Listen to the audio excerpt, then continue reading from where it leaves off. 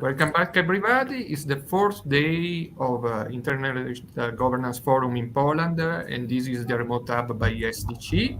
Today I'm leaving the place of moderator to Costanza Matteuzzi, and here is our first panelist of the afternoon, Marcin Podgórski, if I'm correct. And so, without further ado, I leave the space to them. Thank you.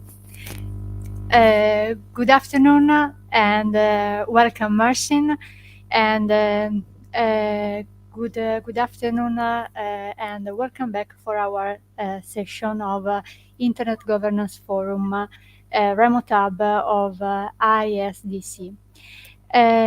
Marcin, welcome, and your talk is very interesting, and Marcin Podgórski is a team leader, a developer of Horizon Europe, and he talks about building regional resilience for cybersecurity with support of international ecosystems.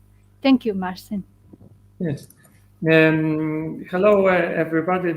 Thank you very much for inviting me to this topic and to speaking about cybersecurity. Yes, of course, we know it is a key factor for having better future. When I speak a better future, I speak about not only delivering the secure connections, not only about security in different infrastructure, in telemedicine, in also circular economy, but I also speak about a better way of living, better, more secure way of living. And in this sense, I was asked if I'm going to present something, but at this moment, maybe I start to I change a little bit of my mind, but maybe I will put one of the slides I have prepared in order to show you what is the context I'm speaking about, the importance of cooperation not on the European level. So when we think about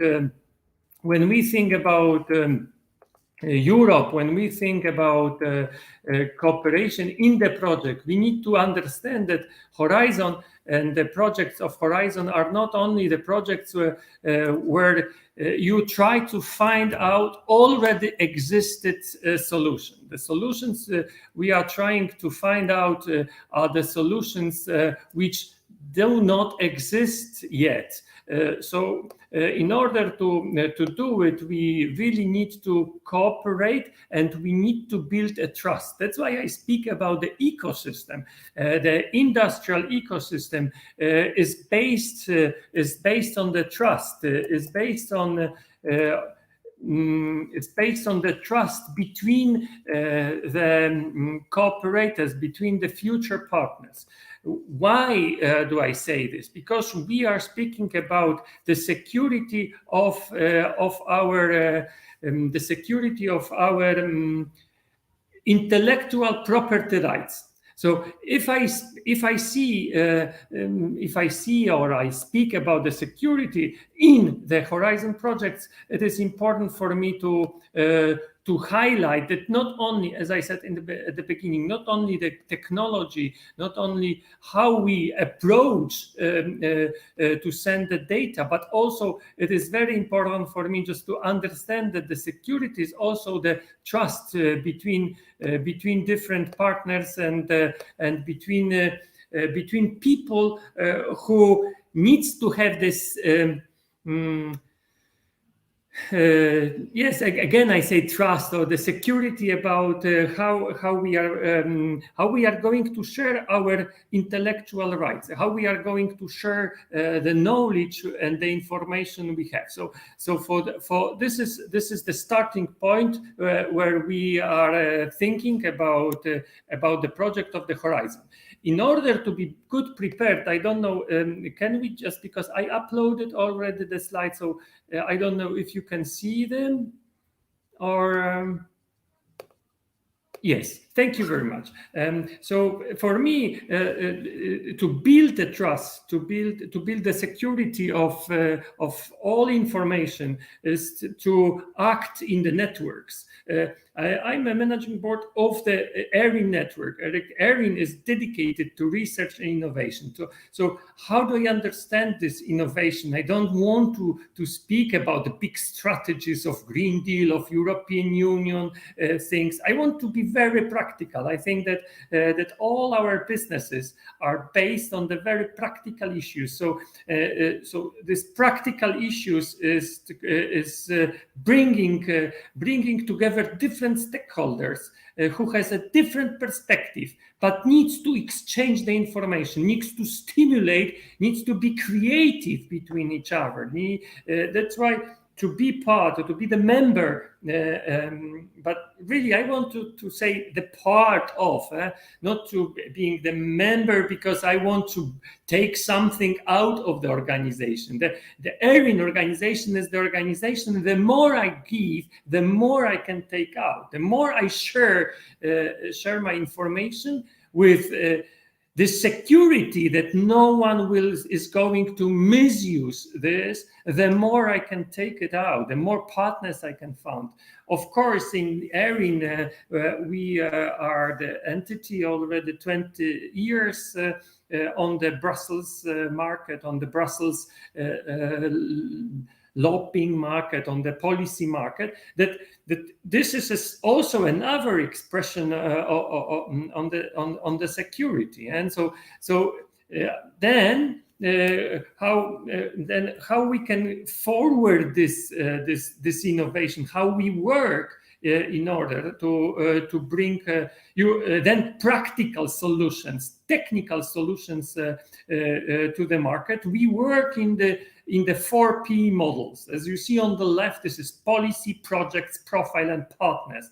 This models gives us this opportunity to create in the parenthèses, in the brackets of the common understanding on the issues which will drive the change on the single market, on the market. So why policy? Policy is a process of policy making. So we address decision makers, we address our partners with the things when we want to be in the future. What is our key goal, and how can we agree for the similar application? Because when I speak about the policy, I think first of all in the Horizon Europe there are programs, there are plans, 2 years plans, and these plans need to be created out of the single page of the needs of the stakeholders. So maybe this was a little bit of the European jargon, but imagine you are the entrepreneur, you have the obstacle or you have the opportunity that you want to deliver. Let's say there are no integration between the telemedicine tool and the hospital system of transferring data. And you see there are no regulations or not enough regulation. There you see some opportunities there because you are the SME and you have the technology, you know how to do it, how to deliver the system for communicating, and you need and first of all you need to create a space for you. You need to create either the regulation or you need to create the market there. So this is the policy. And then how can you deliver this? This is the project. And then together between the stakeholders, you create the new goals, you create new intellectual property. You need to you create something unique. Sometimes it is more efficient sending of data. Sometimes it is more security coded by the blockchain, for example. So, and then you find the partners to make the projects. So the project is something where we can have a KPIs, where we have a goals, which already are doing the strategy developed on the level of the policy. And then profile. This is so important that we know what we can be specialized in. So everyone needs to create their own profile by taking part in different seminars, in different workshops, in conferences, but also producing this on our websites. What is our profile? And partner, and the last is the partners. The partners are created through the time by small projects, like having a seminar, and then deciding for the Horizon Europe idea. So deciding how we can create this additional value and the innovation. In order to organize this 4P model, we established 15 groups. And the ICT group is a cross-cutting, as you see. That's why I don't see only the technology of ICT. ICT is present in all other groups. It's a cross-cutting issue. Is the cross-cutting issue which can be implemented either in smart cities, in transport, in energy, in health, and so on and so on. So for this reason, the first very important thing is the security of intellectual property right, the security of the information which are circulating. And if we understand this, if we have a good regulations for that, then we can provide the level of the technology. And now I would like to make an example of the ongoing project on circular economy. The circular economy and a Green Deal and the change on the European single market is the essence.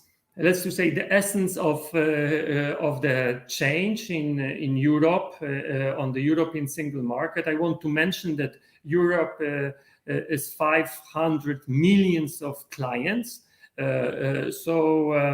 Then this additional value needs to be created. The concept of making businesses is important to change from the linear model where we take the resources, we refine the resources, we use the resources, taking out of the earth, then we produce the product, and at the end we put them in the trash. So this model is already up to date. Today we speak about the circular model of the closing loops, of the reusing, reducing, recycling, recovery. And and for this process, there is a very tricky thing which needs to be also cross-cut from the ICT perspective, because there are so big doubt, there are so much of fear of the companies not to be copied by others. Because if you produce some trash and you give to other partners what is the recipe, so what is in the trash, then your competitors can see what technology are you using, and they can to just copy it. And in order to protect it, we need to have a better solutions in order to protect the IPR, to protect the information brought by the industry. And the same happens to the citizens. The same raw materials which are circulated now as a trash can be transversa put as the reclaimed materials, as the, again, utility. So speaking about this, the concept needs to put citizen in the middle. So how much we deliver different systematic solutions, how much we deliver the information about the nutrition, about the food, about the energy. This all is the information which flows with the product or which flows before the product. So it is expected, and this all needs to be from the perspective of finding the solutions, taking into the consideration, because in order to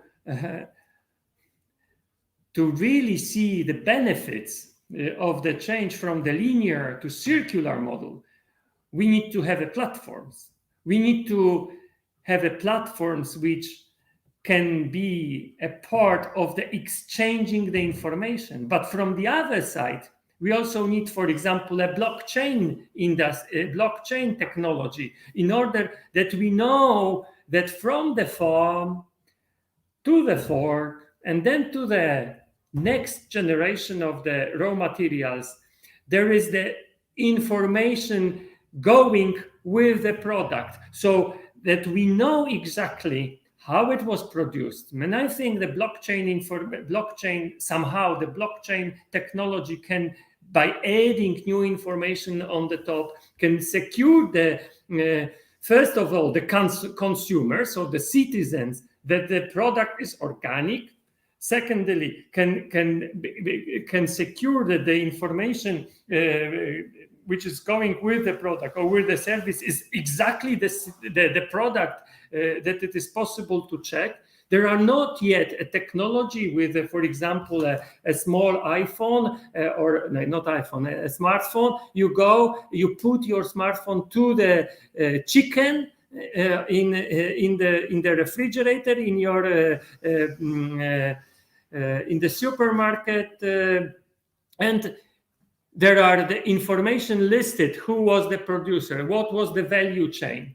This all needs to be done in order to change the perspective of the citizen, in perspective of the security of the information. And so, by concluding, I want to show you also that this whole thing needs to be always done. So when you think about applying for the Horizon Europe project, you need to always think in the long term. You need to have this policy, to have the partners, you have the trust and the partnership, and you try to develop one by one. So for example, this chart is showing how I strive to how I try to obtain the chain of the change from 2015, where the Circular Economy Action Plan was published, first by Screen, which is the Horizon project. Then I made the information down to the region by Interact project.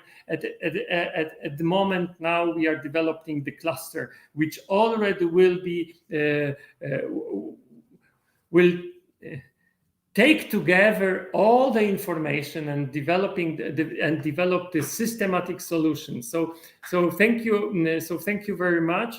We can switch off the presentation, and I hope that you already have the sense of preparing the Horizon Europe project, where the information is the key, and the information is produced by the people in the process, in the trust milieu, in the trust society, either network or the organizations which I'm today part, which I'm invited by, like ISDS. So this is exactly the networks and the platforms where needs to be, where is the possibility to go from the startup to make to the scale up, to find out the real, to put the real product and services on the market by security of the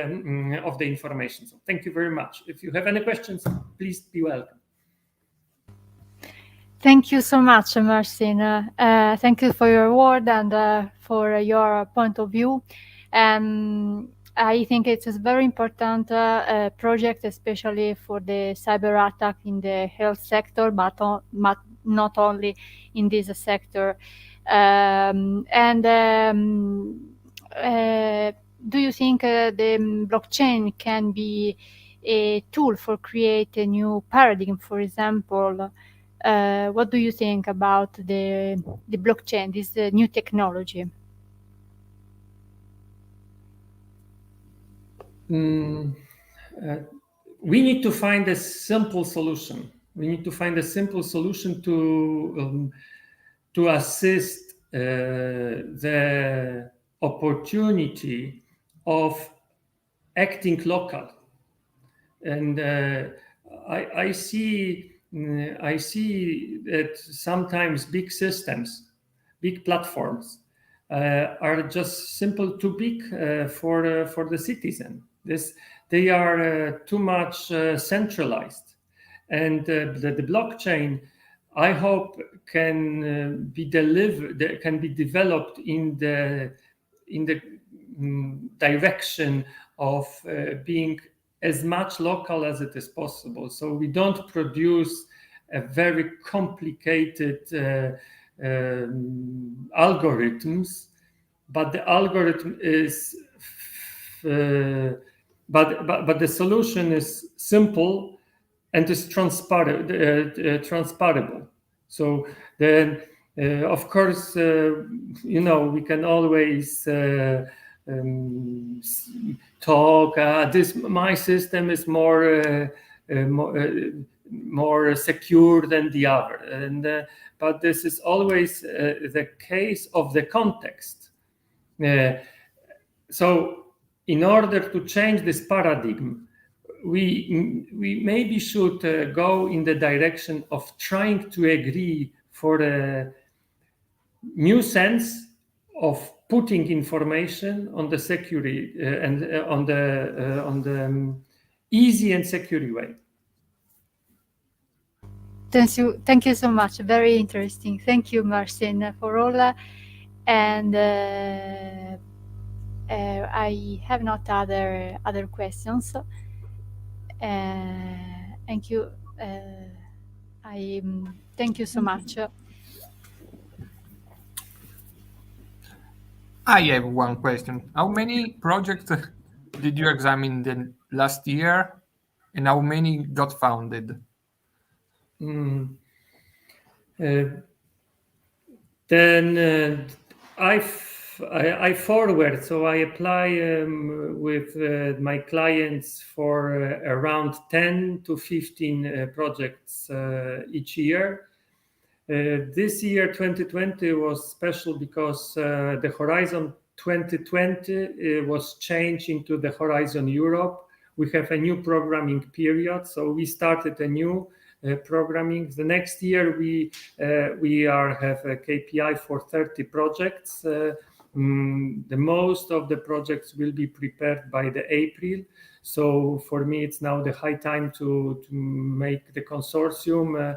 So I jumped, from one online tool to another, just one meeting to another, because the process now, the December is the process on conceptualization. So what does it mean? First, the people like me are reading very carefully the proposals. They're reading very much the calls. What is let's do hidden or like blockchained? Oh, that's a good word. Blockchained in the call. What is the context of everywhere there? And then I take the technology which can partners provide and see how much it is possible to combine into one product, how much it is possible to combine into the unique new solution for the new solution. And this process will end around January. So around January, this will be known already how many projects will be forwarded. For the projects, first of all, one stage, and there is also the two-stage projects. But thank you very much for asking this question, because sometimes the beneficiaries, they compare this idea how to establish consortium or how to apply for the money to the, for example, going to the bank for the credit or for the structural funds. So the people think, I have an idea, I have a technology, and this is the best technology, this is my IPR, and I want to have financed this. This is absolutely wrong. This is wrong, because in Horizon Europe projects, you need to meet other people and try to find the common sense, the common solutions. That's why it is important to have this ecosystem. So maybe your R&D unit is the best. Maybe I don't want to say that or underestimate this, but if you are the best and you think you are the only who can provide the solution, then you don't need anyone more. You don't need to Horizon. You don't need to other people, because you are the best and you know the best. If you know the best and you don't need nobody, then Horizon is not for you. Horizon is for you when you want to put something which you have on the table and discuss with others. What can be done ensemble? What can be done with others? So what are the weakest points? Because then we can produce the chain. If we know what is the goal, what we want to achieve, so the whole chain, what is mine piece, and who can be better than me? What do I mean? For example, if I have a line of the production in the automotive sector, I produce for Fiat the chairs, and somebody is for the ergonomic, the best. Somebody is for the velour, so for everything for this. Somebody is better for the foam, and it is and of course, on the line of the production, all these things are put together. Mm-hmm. But before they can be assembled, the best people from every single raw materials, every single produce it before. And Horizon goes back to this process and invite these best producers and users of these raw materials and say, can we do it better? How can we do it better? I can assemble this in the modular way, so we can be very adaptive to the different models of the different cars. And the other who is preparing the foam, I can do the foam better because I know that there are another raw materials to do it. And the people meet for the project. The people meet for the project. They know what is the process of producing, but they need to look in every single element of the production value chain and to see what can we improve. So I always advise to people, what is your comfort zone? What is your DNA? And look only to improve your DNA, but be also open to other partners in the project so they can look for their DNA. And then the project is producing the total value chain. Mm-hmm. So one more question. For the one who want to apply to Event Horizon. Yes. How long they need to start before? 3 months. Mm-hmm. Just to know, because, I have this idea, let's do it tomorrow. No, there is but an amount of time for the preliminary phase that must be met before you can. The Horizon Europe information. The Horizon Europe 3 months is for preparing the application. It's a 3-4 months. It's an optimum time for preparing that. But if you want to join, you need to exactly know what do you need, and exactly know what is your DNA, what is your comfort zone. And for this, different companies need different time. If you never did it, I think you need between half of the year and the 1 year. Because look, you have a production line. You have the production line, and you are producing every day thousands of pieces something. And you are concentrate to do it as good as it is possible for this production line. And if you want to join Horizon, you need to know first what is not working well in your production. You need to know who is going to change this. What is an obstacle for you? So maybe this can be another R&D unit outside your or inside your company. And third, you need to know if it is a good business model for you. So you need to be a very good prepared in order to become a partner. That's why the people like me, they sometimes think, the people, oh, you don't need Marcin, what do you say? We don't need you because we know we are the best. Look, we are producing thousands of these pieces every day and so on. And then I go and say, okay, maybe, look, there is a trash there. Maybe if you put this trash there, maybe it would be already more efficient. You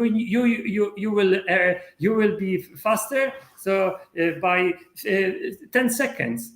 10 seconds, but each product produced 10,000 seconds every day.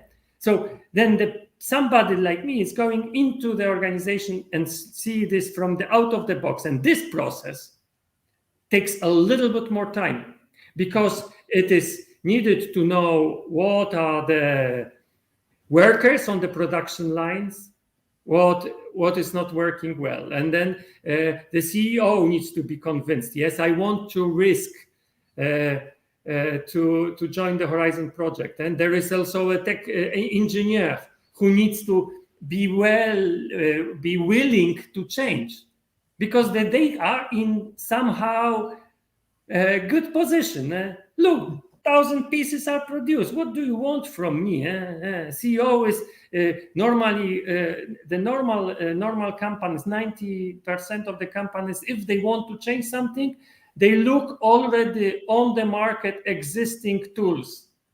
They are looking for the machinery which is already on the market, and this is not the way for the Horizon. The Horizon project needs to go inside the company. That's why I speak about the security of the IPR. They need to go to inside the process, production process, analyze it, and try to find out inside. So this is not like going to the shop and buying a new equipment. This is finding out where need the sensors. So there is some analysis needed before. So, and if you make this already once, then you see, wow, this was cheaper. European Union paid for that.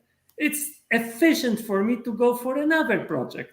And then the preparation for the next projects are much easier. But the first, to change this mindset of the CEOs, to have, CEOs who are motivated to do it by yourself. This is the trickiest thing. This is the thing. Yes, I want to change something, but I don't want to go to the media market and to buy the new laptop. I want to have a custom-made laptop for me. And the European Union is paying for this.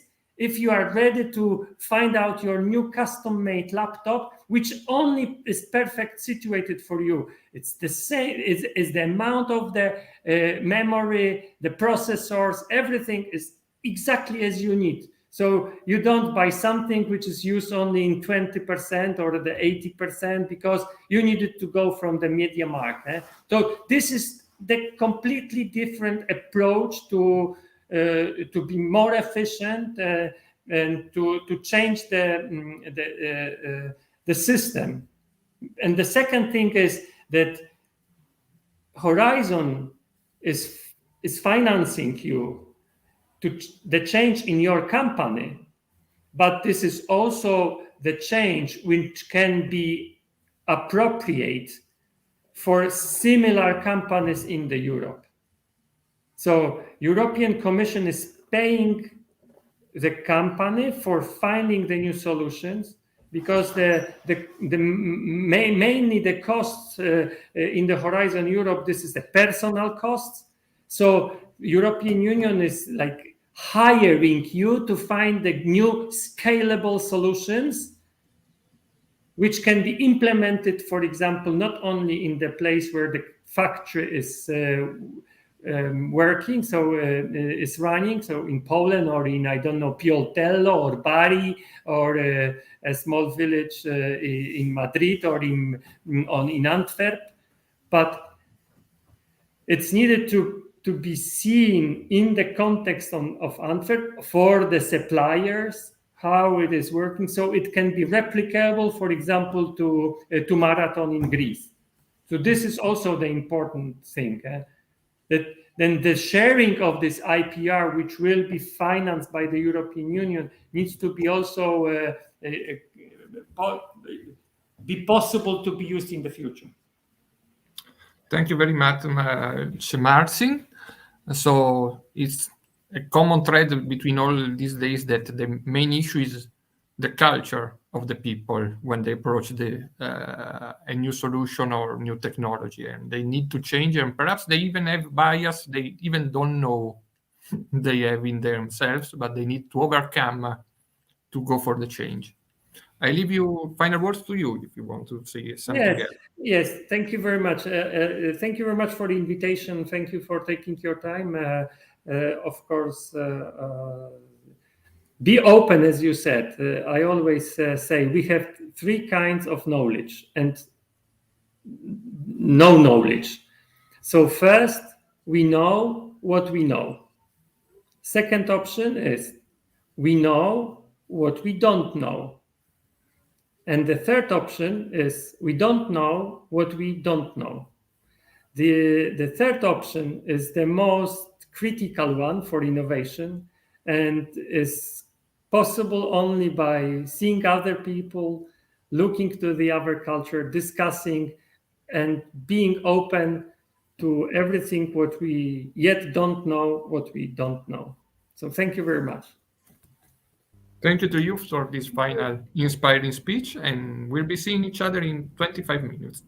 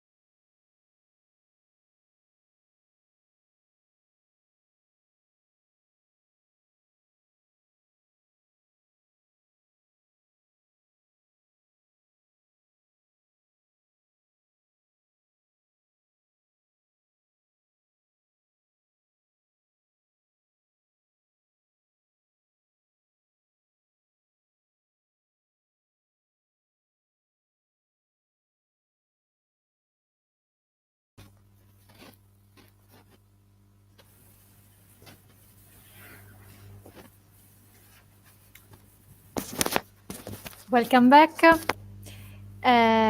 Now, for our guest is Alessandro Benvegnù, and he is a colleague, our colleague, and a lawyer fond of new technology and innovation. And now Alessandro talk about the apocatastasis of legal service after the impact with the new technology. Thank you. Yes, that's a really difficult title, but that's also a means of neuromarketing. So the point is that when we are talking about legal profession, we are one of the most conservative professional around there you can meet.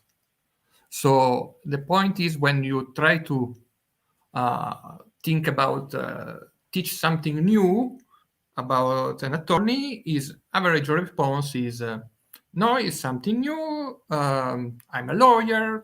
Talk to the technician, talk to the accountant. I only do the law part.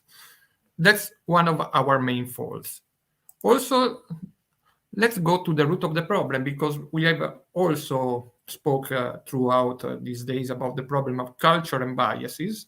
And one of the legal biases of the legal service that it's highly bespoken, totally particular for this client, cannot be replied, is not standard, is not scalable or custom. It must be dutifully customized, but to dutifully customize something means to take longer time and charge higher cost. While in truth, nowadays, according to new technologies, according to development of law and regulation, there are great fields or requests for justice that require really a low added value from the lawyer and could be automatable. So, other flow in legal service. We spoke with many startups in the past days, is that sometimes we charge not by activity but by the hour, which, if you think about it, is really a way that pays for the more inefficient and slow lawyer you can find. Because if I charge by the hour and I can do this thing in 1 hour or 10 hours, I will do it in 10 hours to be paid more. Also, we have another problem, but that's also part of culture of our clients. So they come to us when the problem is already there. So litigation comes when the problem has already happened, while you should go to the lawyer before to imagine what the risk would be and how to solve them without going to court or file a claim. It was a joke in one of the previous speech that a contract is something that comes to the picture when the parties don't trust each other, and it's a long list of everything that could go wrong between them and how to solve it without going to court. So also, this is a flow of the early beginning of this century. We asked even always for more specialized lawyers, and like the old saying for specialized workers, you have a worker to turn clockwise the screw. If you need to turn it unclockwise, you need another worker. Also, this leads to the problem that sometimes different kind of attorneys in different fields, administrative fields, criminal fields, civil law fields, intellectual property, they are so specialized they don't talk to each other and they lack the overall view of the problem. So you also lack the dialogue between departments. And finally, there is always the chance that you are over-specialized. You can disappear in a blink of an eye because your field of expertise is changed by a stroke of pen by the lawyer, and you have to reinvent yourself, or everything is blocked by a black swan like pandemic, and you need to change.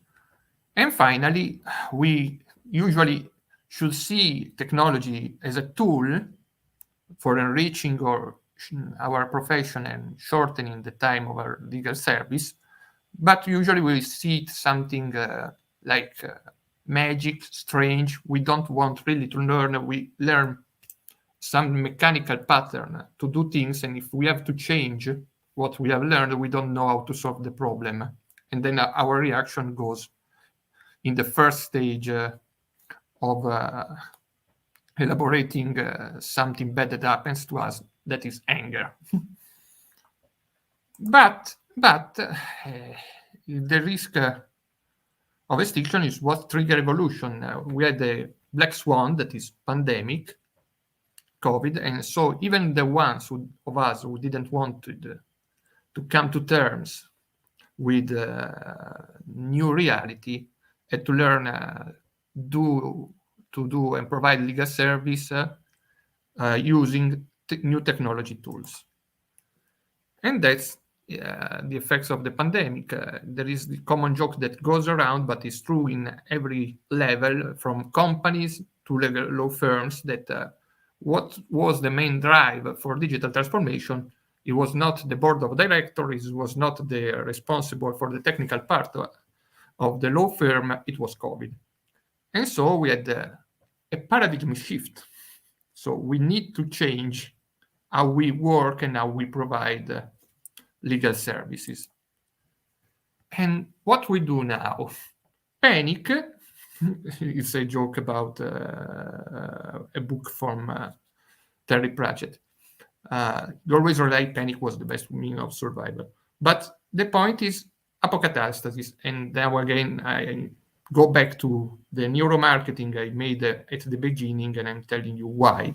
Because apocatastasis means reconstructing or returning to the original. It was a Gnostic theory that in the end, in the final judgment, everyone would be forgiven and put back in the grace of God, even the devil would leave hell.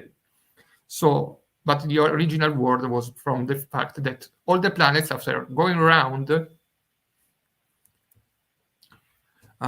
their cosmic cycle, they come back to the original point. So we started as the humanist, the one who knows everything from technical to literature. We became a very specialized professional, and now we go back to be not more the one thing attorney or professional, but to have an overall view of the problem. So how this change is made? So we move from reactive to the problem to proactive. We try to foresee what is to come. We move from litigation to court to risk management and compliance. There are a lot of new regulation, for example, here in Europe, that from AI, blockchain, platform economy, data protection, that are more important to a company and to people now as compliance with the services that are provided more than file a claim to court.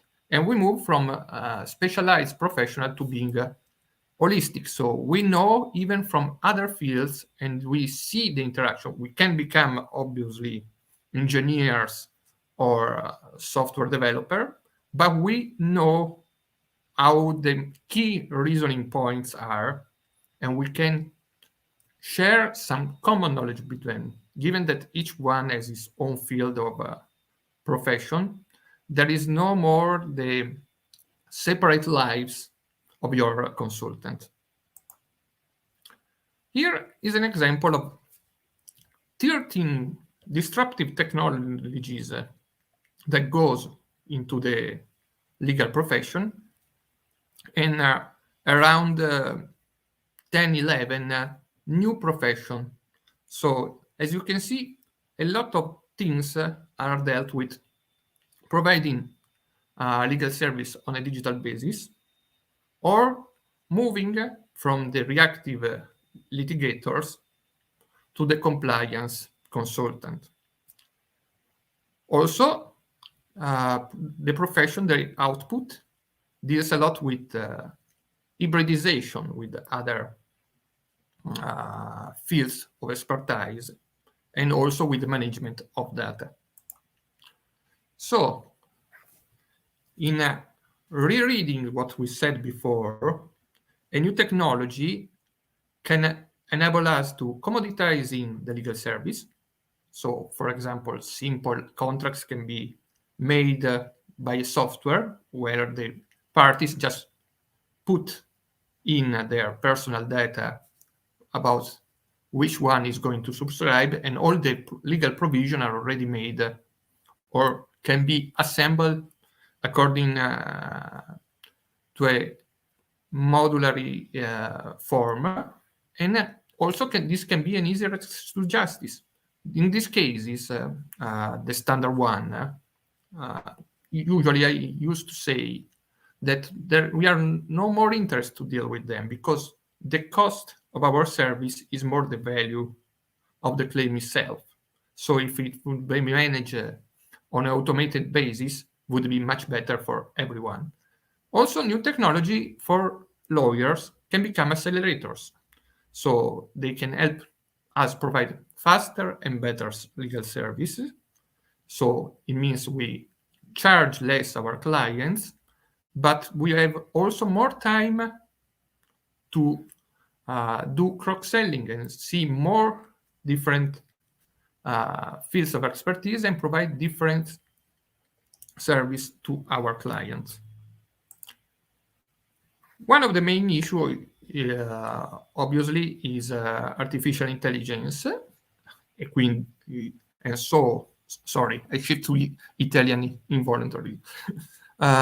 These are all the fields where artificial intelligence is developing. And these are legal tech companies using AI who can enable a lawyer to do faster legal searches, do analytics and prediction on the outcome of causes, do contract analytics and due diligence, perhaps dealing in the financial department, and so provide a new way of making a legal service. Also, we spoke these days a lot about the importance of the architecture of software of managing data. And so I found these 3 definitions by Professor Daniel Katz really illuminating. So you can be a mediocre lawyer, a merely clever, or a great lawyer. I leave the reading to you, because, and anyway, the slides would be available at ISDC website in a week from now. But the point is, if you want to become a great lawyer, you need to design a system that deals with risks and transparency for the users. And you also need to help your clients to place the risk internally in the correct way. So if they want to accept it, if the appetite for risk is correct or not. So plans for the future. When we plan for the future, we must deal with these 5 issues. We must have a vision, we must have skills, we must have incentives for our structure, we must have resources to deal with the investment that shall be made. Marcin before me talked about how to get resources to make the change, and we need an action plan. If you are missing one of these, you see that problem and flaws are likely to arise. And so I leave you with this final statement by, again, Terry Pratchett, that I find more motivating than anything else. If you trust in yourself and believe in your dreams and follow your style, you still get beaten by people who spend their time working hard and learning things and weren't so lazy. So this ends my presentation. So I'll probably discuss some issue with Costanza. Thank you, Alessandro. We are perfect in time. And yes, but first of all, my first question is, we have few minutes. And so what do you want to talk about your careers, your activities, for example? Perhaps I think that the story about me is itself not interesting for me because I already know it. But I think it's more interesting for others who want to be an innovative lawyer. That the two main issues that changed me and changed my mind in the past years was the first, starting to working for process according to ISO standard. So instead of copying the usual method of delivery of legal service that is passed through generation inside a law firm, or merely replicating what my masters and mentors told me in the past years, I start to work more like my father, that is an engineer and worked for the Italian state for 35 years building trains. And if you don't have your own method about how do you deal with a first request for providing the service, the phase of projecting the service, and the control, this will result in complex time like this in a lot of loss of time in unuseful activities who are just time stealers. The second point is that I started dealing with e-commerce and new technologies in the 2009, when we were still wondering what an e-commerce is on legal basis.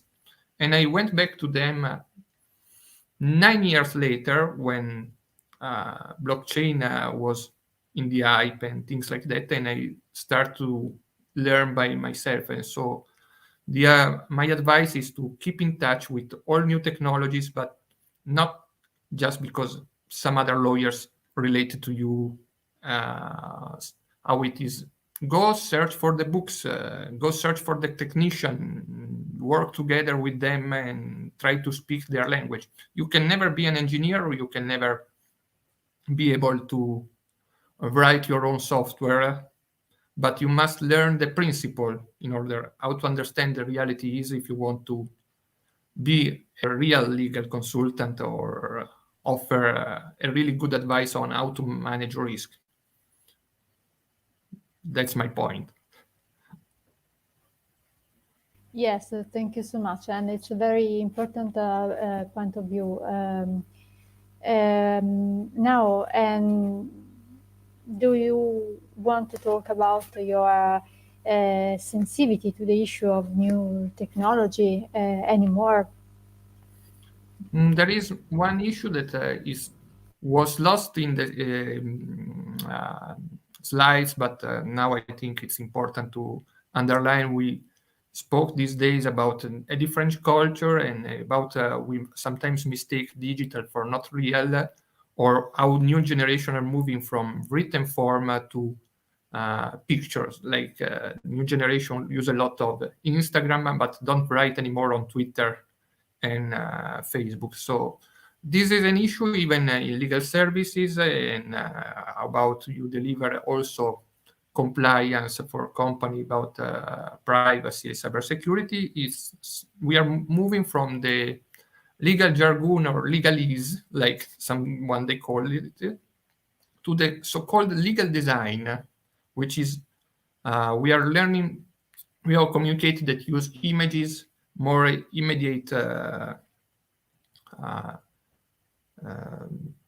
way of conveying a meaning and importance of illegal text. So new technology is affecting not only our lives, but also our language and our way to communicate on all different levels, not only on the social part, but it's also in when we want to enter an agreement that is binding for both people. There is, who said that we need a 40 pages contract, while a 2 pages draft with pictures can be as clear as the same, and without all the complication that may arise with the interpretation of 40 pages, because the longer you write, the more likely are to be mistakes or misunderstandings in them. And so that's one point. Yes, yeah, correct. Okay, we have not any other questions, and I don't see people banging at the door for more talk about from a lawyer, but that's right. We don't want to talk a lot about legal because the most interesting part is done by companies and other people who can give us an insight about culture change and about how they dealt with the case studies. Being a professional, I'm bound to professional secrets, so I can't tell you some case studies unless I want to break my bond. So for me, it's enough. Okay, but you can. But if anyone is interesting, can send you an email, for example, or your LinkedIn profile, for example. I think. I always answer to every request. So Behavior. even a Okay. researcher from university asked from me since I deal with the teams of blockchain if they can have a chat in a while because I say something that usually is not said by other lawyers. So Okay. and so in this one final issue, we don't have to sit and wait by the river. Oh, there is no law. We cannot do it anything until the lawyer comes out with new regulation. That is not true. A good attorney, as we said, can find the risk and design a new system for his client. So even with old norms or regulation, you can still provide solution for your clients. You don't have to wait for something to happen. You can make it happen. Yes.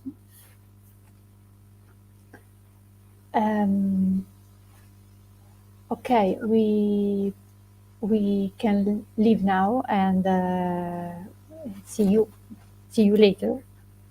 Okay, our next speech is scheduled at 3:30. Is Sara Simeone of Digital Oracles. Okay, bye. Thank you, everyone. Thank you.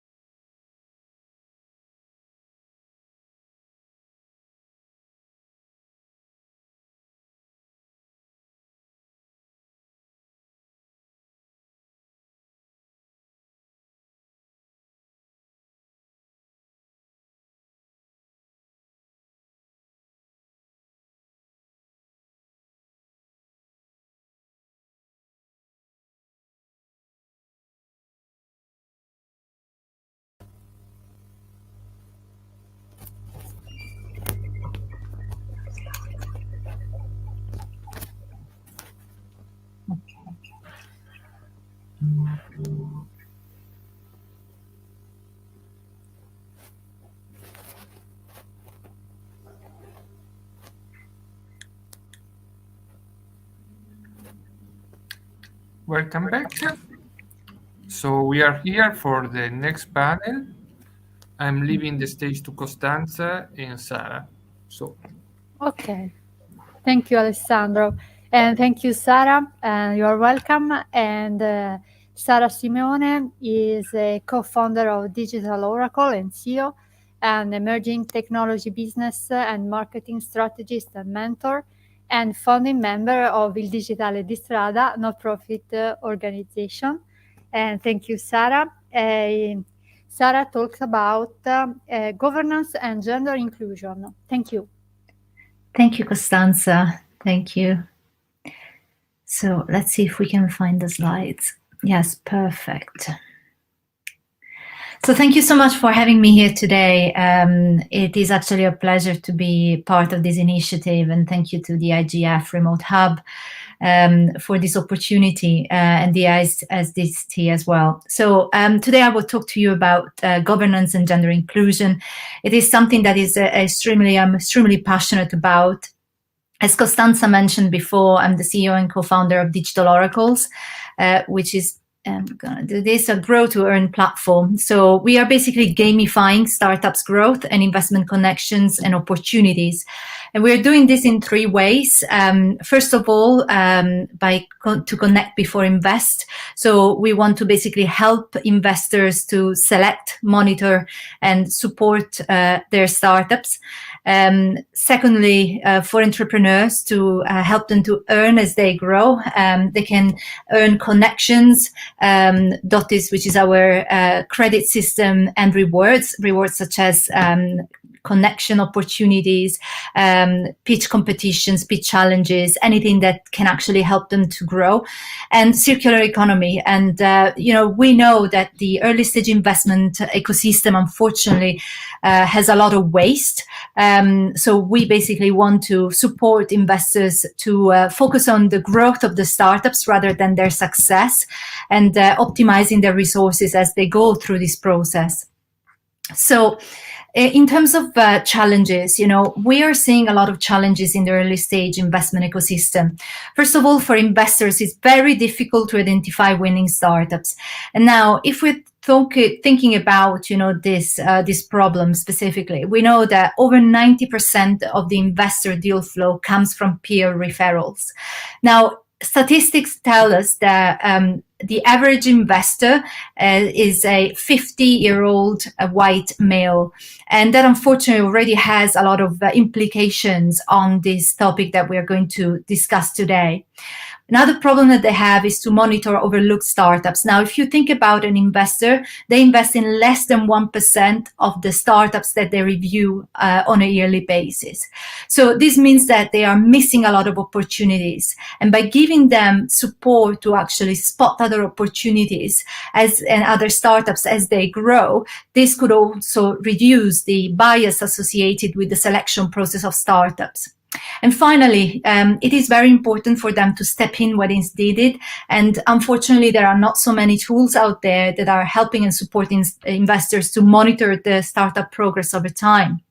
But before we go into the investment space, I just would like to start from some statistics. So the World Economic Forum is actually creating like a yearly global gender gap index. So in this, there is a world ranking, and there is no surprise. Year after year, we see the Nordic countries being at the top of this leaderboard. So first of all, we got Iceland, and they are, let's say, the better one across all of these states, because of course, we can see that over 22 female head of state in the past 50 years, over almost 86% of women are in the labor market, and 43% of companies' board are actually women. When we're talking about Norway, we have a similar situation. We got 94.5% of women in the labor market, more women than men among professional and technical workers. And finally, we got Finland with 96% of women gap in labor force. And the share of women in skilled roles is already much higher than those of men. So all of these numbers are extremely exciting, of course, for the Nordic countries, but it's less so for other countries across the globe. But, you know, the World Economic Forum is taking actions. So they've already created country accelerators. There are 9 so far, mainly in South America. And the goals are to really increase female labor force participation across different sectors of society, increase the number of women in leadership positions, closing gaps in wage and remuneration, and building parity, especially in emerging high-demand skill jobs. But, you know, when we are looking at the skills, actually, this is an interesting statistics. We're seeing that more and more women actually have technical skills. And even if the disparity between men and women is still quite high, we can definitely see this gap closing, especially with regards to technology, business, but also other, you know, types of, you know, industries, more specialized industries. But unfortunately, we don't see the same results in the emerging jobs. So when we're looking at the the gender gaps in emerging jobs, unfortunately, even if the skills, you know, there are a lot of skilled women, you know, unfortunately, they don't find space in the job market. So for instance, we're seeing like, you know, cloud computing, engineering, data and AI that are still struggling really to employ women and to reach that gender parity. And this is, you know, we can actually make a lot of assumptions, but the data is actually also showing us that unfortunately the problem is that these areas of our industry, these industries are extremely men dominated. And there is a so-called bro culture that is actually dominating all of these sectors. And this is a real problem. And we see more time and time again that company culture is at the heart of the recruitment process. So unless we change the culture of some of these departments and some of these companies, we will not be able to welcome more women to the workforce. So what about the investment space? Let's see what's going on this other side, because it's something that as a woman looking for funding and, you know, also looking after a lot of startups looking for funding is definitely an area of interest. So we are starting from some of the challenges, and the challenge is really to create a level playing field for everyone. So, you know, we have statistics from the International Finance Corporation that has found that there is like, you know, big gap. Women entrepreneurs actually face a global financial deficit of around $1.5 trillion. This is a staggering figure. And in 2020, we know that decision makers invested over $34.5 billion or euros in Europe. But unfortunately, only 0.7% of this investment went to all female teams, and 7.3% went to mixed teams. So that means that over 92% of this funding went to male founders and male-dominated companies. So when we're looking a little bit deeper in the numbers, you know, we can see that data from 2016 to 2020 shows that only 10% of European VCs have a gender mix general partnership team. And when we're looking deeper into these numbers, we also see that the problem starts a little bit, you know, before, you know, the VC stage, because as you know, as people who are listening probably know, is like in order to start your business, you first need some sort of grant funding or, you know, pre-seed or seed funding. In some cases, you know, you can also actually look for mortgages or loans.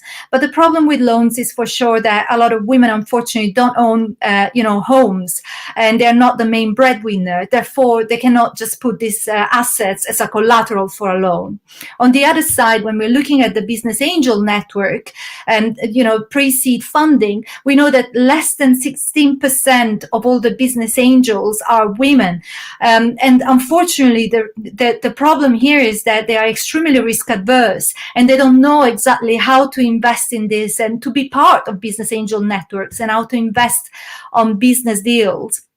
So there is a bigger problem that comes with education in financing. So when we're looking at the numbers are telling us a very, very sad story. So there is a disparity that is evident across the board. So when we're looking, for instance, at capital raised by European startups from 2017 to 2021, we can see that 187 billion euros were actually raised by male founders and mixed teams. And only 2.5 billion euros were actually raised by female founders. This is unfortunately, again, a very realistic but sad figure. But when we're looking at the European VC activity involving startups with at least one female founder, this information is just actually quite, again, unfortunately quite sad, because we are seeing that in 2021 we had a decrease in the number of deals gone to women, and also the number of the deal value. So, but you may actually say, okay, perhaps there was COVID, but actually no, and that's why I brought these other statistics there, telling us a different story. In fact, in 2021, men startups actually managed to raise more and to have more deals in their favor. So there is unfortunately a sad story here, that unfortunately a lot of female and women had to go back to work or had to stop working and look after their family because unfortunately the COVID situation hit. And of course, there were also other information. For instance, in the UK, we had a lot of financing and opportunities for entrepreneurs, like COVID back loans and other financial instruments. But unfortunately, they were not available to some of these women, and women could not access it. So, can policies help? So I actually wanted to report this quote from the Funding Women Entrepreneurs report done by the EIB, the European Investment Bank. So they said, to achieve greater parity of external funding between men and women-led ventures in the European Union, no single set of policies will alter the status quo in the near term, while preserving the need to drive innovation across industries and on a competitive basis. Now, this is actually a very long report, but this quote really struck me because, if the EIB says this, what else can we do? But, fortunately, the EIB is actually also coming up with some ideas and propositions. So first of all, they want to create dedicated impact funds specifically for female investment, for female investors. Secondly, they want to create a sound network of female investors. So there they are already taking initiatives. And I know that there are also a lot of local-led initiatives. For instance, in the UK, we have, the UK Rose Reports, we have the UK Business Angel Associations, and a lot of different other clusters of female-led investors. Then give female entrepreneurs more opportunities to network. And this is definitely something important, especially for, very early stage entrepreneurs. Initiate policies around tax breaks, employment protections, child and science, technology, engineering, mathematicians, so the STEM education. And of course, last but not least, there is a new investment EU program that is part of the 2021-2027 multi-annual financial framework that focuses really on catalyzing investment in female businesses. And the goal is to harness the power of women as investors. So there are some initiatives taken at a European level. So let's take some success stories. So the same report also brings us some success stories from the UK and Sweden. And they broke down these success stories in 4 different areas. So first of all, cultural sensitivity and general public policies. And we can see here that UK is ranking above average in terms of, gender issues, and they have a gender equality office. In Sweden, for instance, they are one of the world's most gender balanced countries. In fact, in that the ranking that I showed at the beginning, Sweden was number 4. And of course, they've got public policies supporting gender balance. When we're looking at corporate governance, we know that the UK has very high standards, including formal focus on female representations in corporate boards, but also mandatory disclosure of gender pay gap. In Sweden, we got very similar standards as well. With regards to the VC ecosystem maturity, I mean, we can definitely say that UK has got a very well developed landscape in terms of VC firms and in terms of representation of women, especially amongst the VCs, and there are actually around 20% of women in VCs. And of course, I mean, we also have a well-developed British Venture Capital Association, including, for instance, Voice on Gender. And there are a lot of reports, as I mentioned before. There is the Rose Report as one of those. In Sweden, we got a similar situation. You know, there is a very well-developed landscape in number of firms and type of entrepreneurs. Type of venture capitals that are both investing in female-led businesses. But we also have a very well-developed Swedish VC association that includes a lot of services, such as advisory services, networking opportunities, and much more. In terms of corporate governance, specific financial policies and initiatives, we know that the BVCA focus on gender gap. We have a lot of grassroots initiatives led by individual funds, but also private VCs. And in Sweden, we got some very interesting initiatives. For instance, VCs are now running blind applications, which is also something that we are doing with Digital Oracles. For instance, when a startup, register into the platform, we are never asking about gender. So the academic. So then we're looking at the academic viewpoint. So there is a very interesting paper called Promoting Female Entrepreneurship, the Impact of Gender Gap Beliefs and Perceptions. And they are making 3 propositions here. First of all, looking at the regulatory system. So they want more legal and policy environments of entrepreneurs. This needs to improve in order to foster more female entrepreneurs. Normative system. So we need to reduce stereotypes between male and female, improve like family framework, gender expectations, belief systems, and cultural factors. And finally, cognitive systems. We need to basically absolutely support more education, training, and really push these girls to actually go into STEMs. So in a nutshell, this was another quote that I took from this paper that was actually very poignant. Perception inequality ultimately affects women's entrepreneurial intention. So what this means is that if perceptions do not change, women's interest in entrepreneurship will not increase. And this is unfortunately something that we have to change. It's a mindset shift. We have to shift really the attention. And we're actually saying this, like, you know, from as a closing slide. You know, I wanted to actually bring you this slide as the entrepreneur point of view, as a woman raising funding.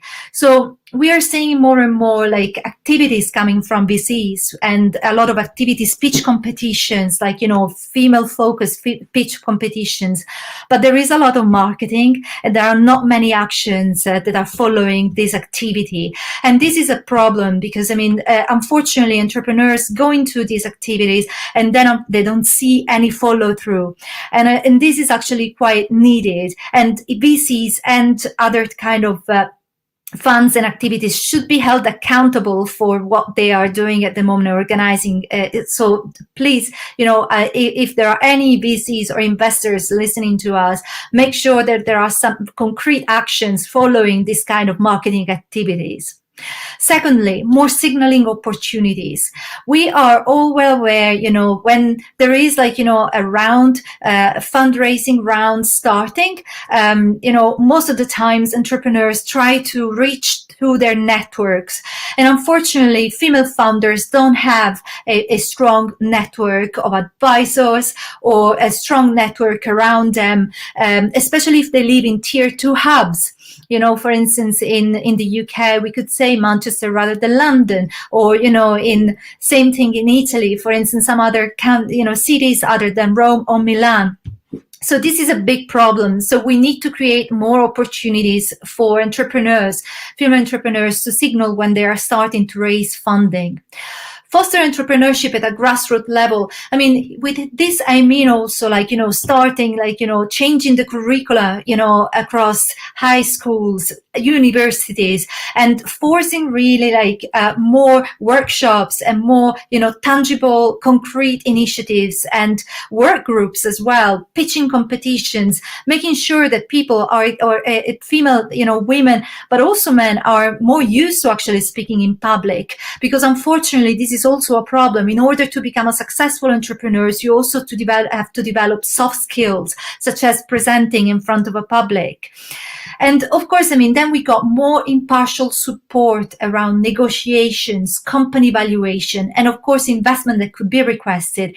There is a very interesting data point that I got from the Rose report. It's the latest Rose report. Well, the average investment requested last year from entrepreneurs was at the seed stage was around £904,000. Now, what happened now is that female sought less than half of this. So female basically requested around £472,000 on average per round, compared to their male counterpart who were asking more than £1 million.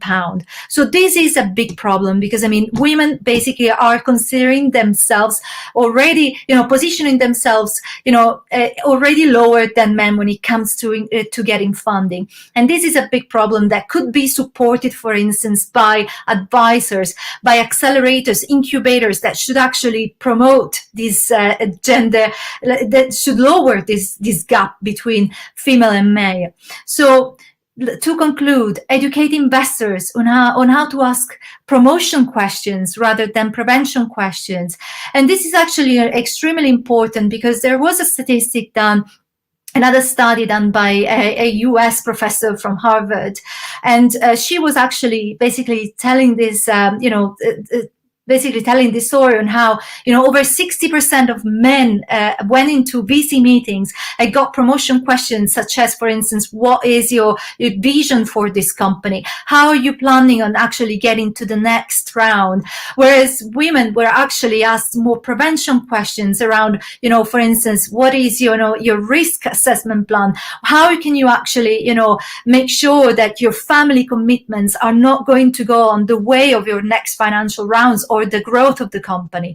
So these are actually extremely sexist remarks, and unfortunately we've got this bias that is ingrained within the investment industry that has got to change. So for me, these are some of the points, and these are also my final remarks, and I'm more than happy to answer any questions.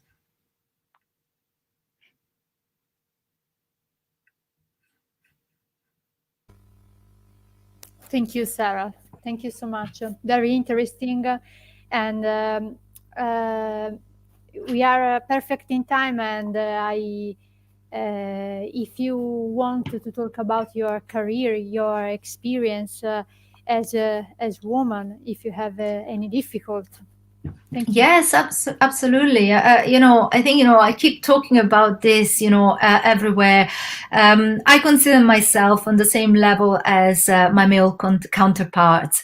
And I think, this is something that was definitely a, family focus, because I mean, I grew up in a family that fostered this kind of values of parity and equality, and pushed me really out of my comfort zone to really go and achieve my dreams.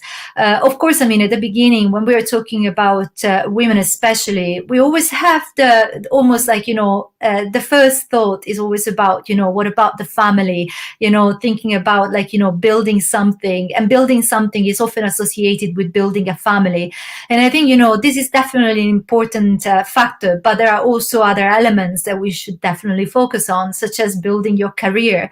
Because first of all, you have to be a happy person before being able to build, something else afterwards. And I think, it really depends. Of course, there are some women that are definitely focused around, building a family, and that makes them happy. But, there are also other women that perhaps are forced into these situations because of financial constraints. And, this is definitely very upsetting, especially when we are looking, for instance, during this research, I was looking at South America or even Southern Europe, when women, unfortunately, are not the breadwinners. They are not able to actually get into jobs, and they are not able to actually own a house. And that is already, as I said during my presentation, a big hurdle, because lots of banks, in order to give you the first loan, they need a collateral, and that is the house.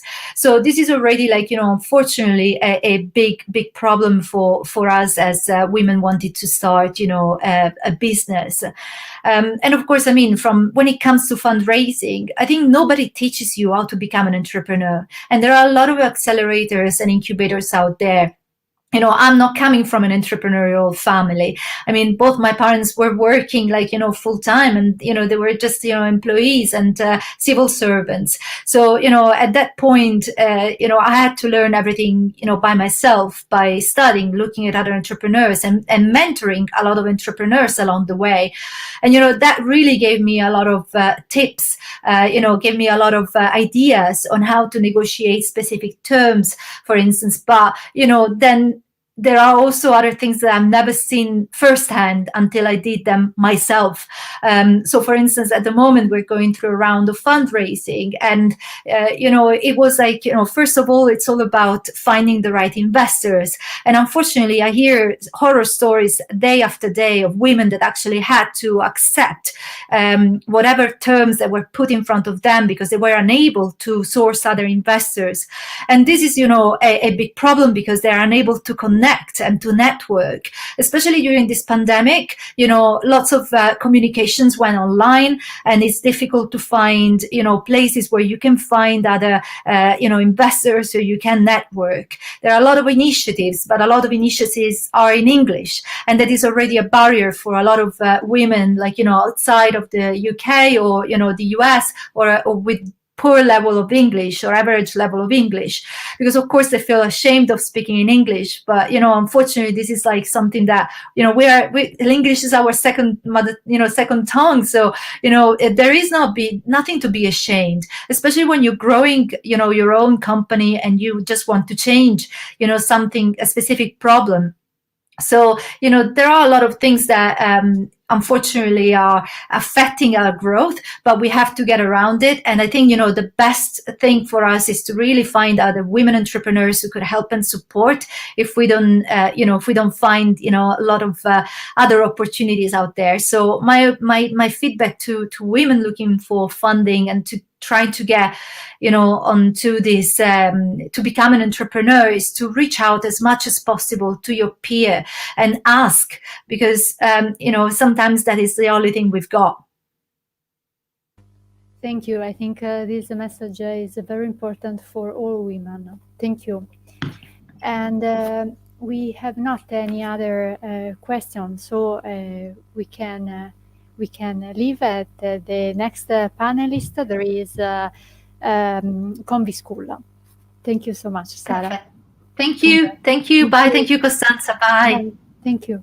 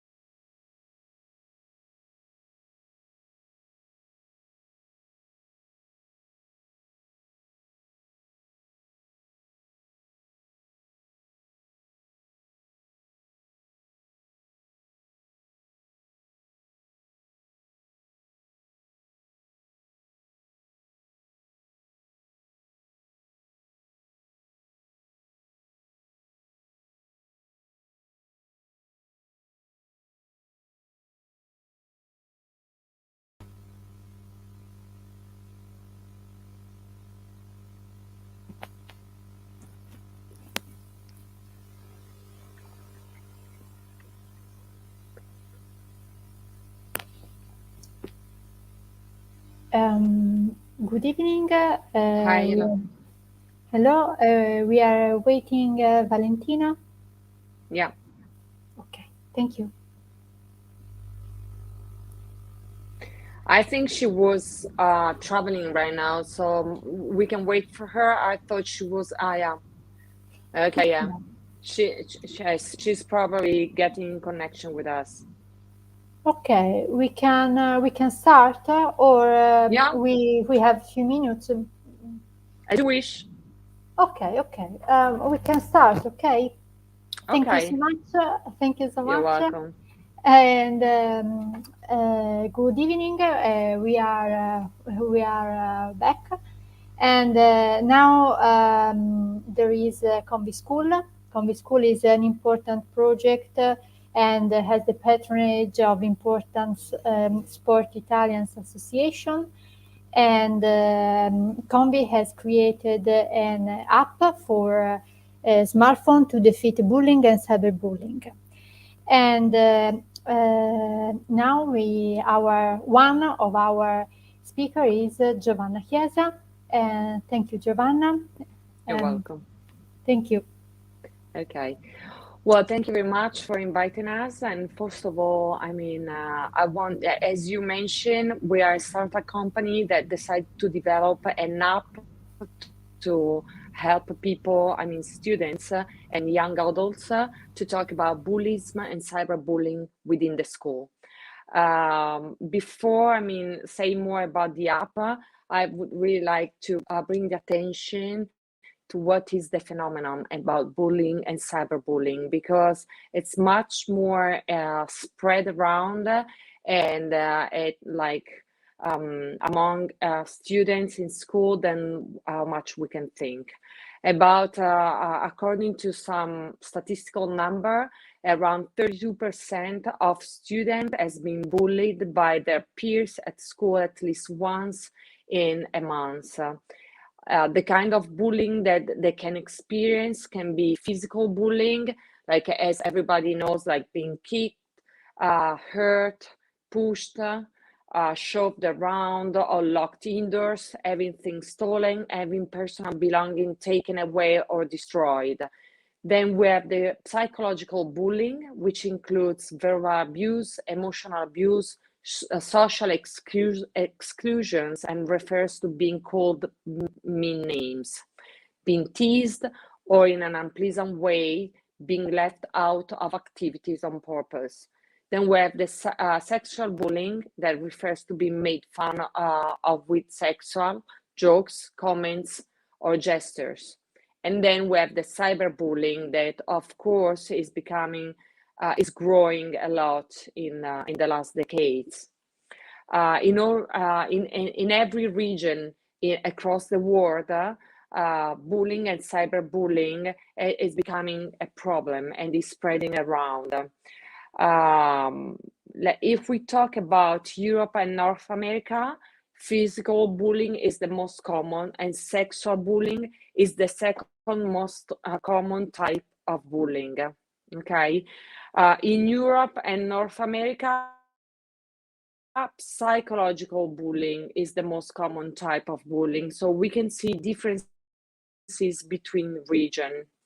And cyberbullying affects as many 1 in 10 children. So even the cyberbullying that, if we were considering like 10, 15 years ago, was very low, now is increasing, as I said below. Of course, then there are differences between girls and boys, where we can consider that physical bullying is more common again among boys than among girls, while the opposite is true for psychological bullying. Age is another factor that create differences between the type of bullying. As children grow older, they are less likely to be bullied, to be involved in physical fight, or to be physically attacked. In contrast, older students appear to be more at risk of cyberbullying than younger students. Okay. Children who are perceived to be different in any way are more likely to be bullied, of course. Some international surveys reveal that physical appearance is the most common reason for being bullied. with race, nationality, or skin color, the second most common reason. Children, of course, from poorer families, as well as migrant children, also appear to be more vulnerable to bullying and cyberbullying. Other studies show that students seen as gender non-conforming, including those who are or are perceived as lesbian, gay, bisexual, or transgender, are more at risk of school violence and bullying than those who fit into traditional gender norms. Why I'm telling you all of this? Because, I mean, bullying and cyberbullying in school has many effects, not only at the level of the victims, but also at the level of the system. Because if we are looking at the level of the victim, they can experience some some effects in terms of mentally, like feeling upset, embarrassed, stupid, even angry. Emotionally, of course, feeling ashamed or losing interest in what they usually love to do. And physically, feeling tired, like some kids or young adults experience loss of sleep or experiencing symptoms like stomach aches and headaches. Those kind of things that sometimes people think they are normal or not related to those kind of things. But when they happen constantly in school, kids can experience those kind of defeats. Then there are children who are frequently bullied, are nearly 3 times more likely to feel like an outsider at school, and more than twice as likely to miss school as those who are not frequently bullied. Children who are bullied have worse educational outcomes than children who do not. They score lower in mathematics and reading tests in most of the cases, and then more often they are bullied, the worse their scores. Children who are frequently bullied are also more likely to expect to leave formal education after finishing secondary school compared with children who are not frequently bullied. So as you can see, I mean, it's not a phenomenon that we can, just manage outside school. And we as a company, we ask to ourselves what we can do to tackle bullying at school, or what countries can do, because as you can imagine, it's a problem that includes all the countries around the world. It's not just Europe, not just North America, but includes all the countries, Asia, North Africa. So we thought, or we have been told that for bullying and cyberbullying to stop, it needs to be identified first. So people need to be aware of what does it mean, and then reporting it is the key of the success. So Convy School, after a law has been passed in Italy in 2017, okay, decided to develop an app that help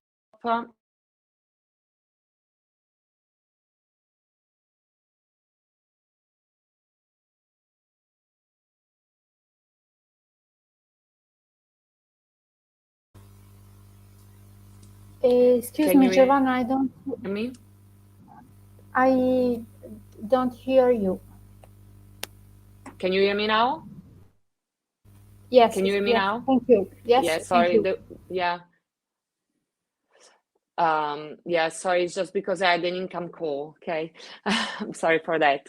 So I was saying Convy School, after 2017, Italy passed the law because they want to appoint a person that is engaged for bullying and cyberbullying within the school, and should take care and high the awareness of bullying within the school, and try to involve families and students to understand, to respect each other, to understand what is wrong and what is right, to help either the victim and the bully, because both are victims at the end. So we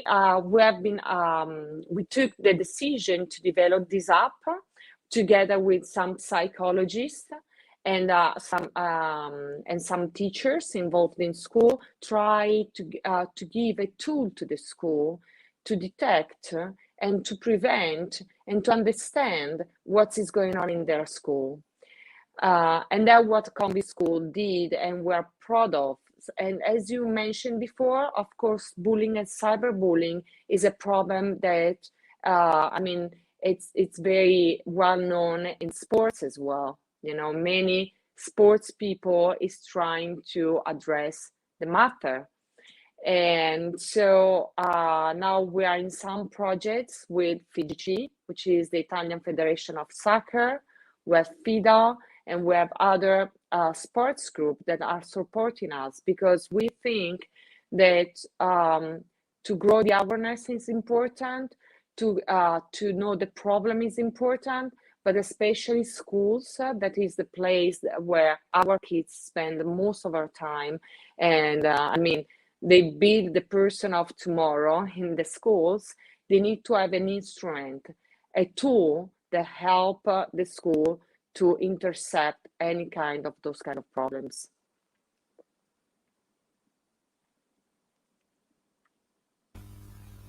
Thank you, Giovanna. And is a little specification. In Convy School, there is an important ethics committee, and there are Elena Ferrara and other colleagues, Raffaella Ghemo, Michele Di Somma, Pier Di Stefano, and Nicola Iannacone. Yeah, okay. The lawyers, the Italian attorney.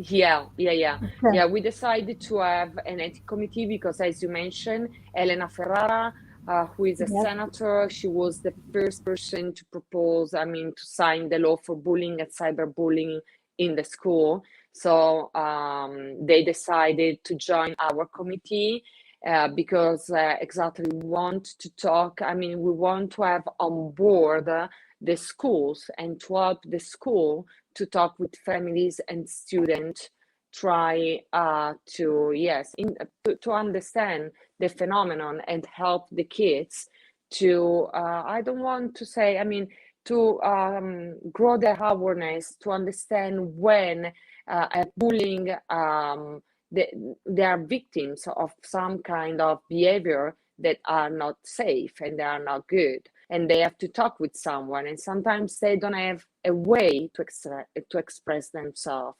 And then when we developed the app, we asked also, as you mentioned, to Nicola Iannacone, who is a psychologist within Regione Lombardia, that he's talking about, I mean, and taking care of this problem since many, many years. So he also helped us to develop a language within the app that uses the artificial intelligence to understand immediately if the message sent by the student or families to the person in charge in the school is how this message has to be treated, has to be taken care of. And then, as you mentioned again, there is Raffaella, she's a lawyer, and then Giovanni Caria, who is a specialist in hacking and cybersecurity. So yes, the company has on board many valuable people for helping dealing with these kind of problems in schools. Yes, Giovanni Caria too, excuse me, and all other. And but Convy School has a collaboration with the police, with the other force, for example. No, at this point, no, because I mean, the difference between all the other apps that we have experienced in Italy and Convy School is that it is a tool for the school implementing the requirements of the law, which is the law 71 2017, okay? And so it's not something to report immediately to the police, but it's more a tool that help the person responsible within the school according to the law to intercept bullying, bullying of vexatory kind of attitude within the school, to register what is happening in the school, and then only then, if there is a real problem, or a real bully phenomenon, to call the police.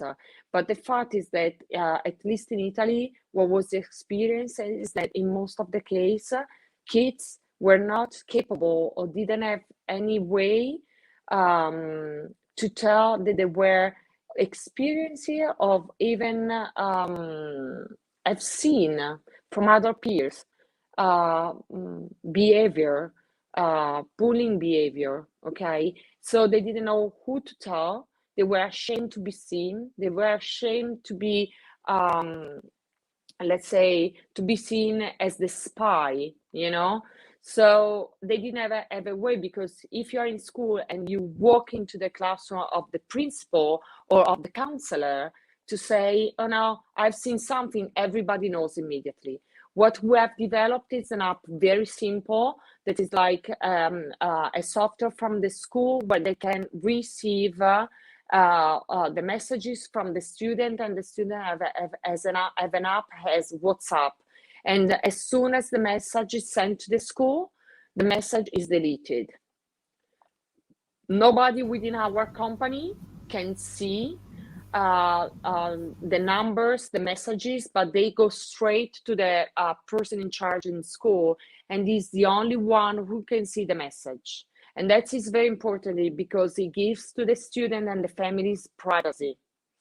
And nobody knows besides the person in charge in school, and the person who, according to the law, should take care of those kind of episodes within the school.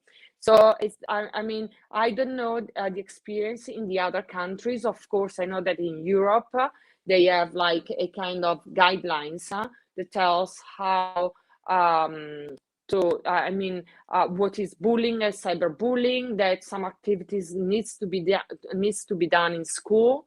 But our app is really designed for the school and to implement the law. Thank you so much. It's a very, very interesting and important project, and I hope is have a successful and for prevent this kind of crime, bullying and cyberbullying. Thank you so much. Valentina is maybe have any problems, and we have never other questions. Okay, thank you. If I can just add one thing. We're now we're getting to many schools in Italy, and we hope we're going to get many schools around Europe. And what is very important for us is really to give a tool to the school and to the student, and to feel safe to say what is happening around. And also, and the app can, on an anonymous basis, can also help to have the data and see how the phenomenon is spread around the schools. And this is very important, because if we know the problem, if we understand how big is the problem, then we can help and give, information to know how to manage the problem. Thank you for your message. I think the internet. Thank you. I think the Internet Governance Forum have the opportunity to spread this message. Thank you. Thank you so much. Thank you very much. Thank you for having us. Thank you. Bye. Bye.